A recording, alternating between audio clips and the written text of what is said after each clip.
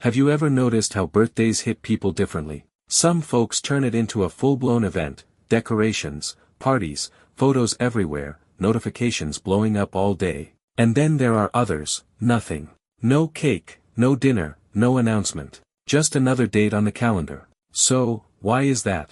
Why do some people treat their birthday like it doesn't matter at all? Is it sadness, growth, or something deeper going on in the mind? Stay with me, because by the end of this, you might understand your own relationship with birthdays in a whole new way. For some people, the reason is quietly painful. Growing up, their birthdays were overlooked. Maybe friends forgot. Maybe family didn't make a big deal out of it. Maybe they once invited people and barely anyone showed up. Experiences like that leave a mark. Over time, the brain adapts as a form of self-protection. In psychology, this is linked to something called learned helplessness, when repeated disappointment teaches you to stop expecting joy, because expectation itself becomes painful. So eventually, the birthday stops being special. Not because they don't care, but because caring hurts more than ignoring it. Then there's another group, and their story isn't emotional, it's practical. They're busy. Work deadlines, school, bills, family obligations. The world moves fast, and their attention is constantly pulled in 10 directions at once.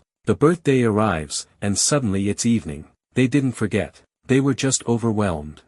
Modern life creates what psychologists sometimes call time blindness. When your mental bandwidth is overloaded, even meaningful dates can slip into the background. For these people, the birthday isn't rejected, it's crowded out. And then there's a third group. They know it's their birthday. They're not lonely. They're not busy. They just don't feel the need to celebrate. This group tends to have a strong sense of internal validation. Research shows that people who rely heavily on external recognition, attention, approval, public celebration, often experience more emotional ups and downs. But people who feel grounded in their own sense of worth don't need a once-a-year reminder to feel valuable. This mindset aligns with self-determination theory, which suggests that long-term well-being comes from autonomy, capability, and inner satisfaction, not from external applause. For them, maturity means realizing, I don't need candles or posts to feel alive. I already know who I am.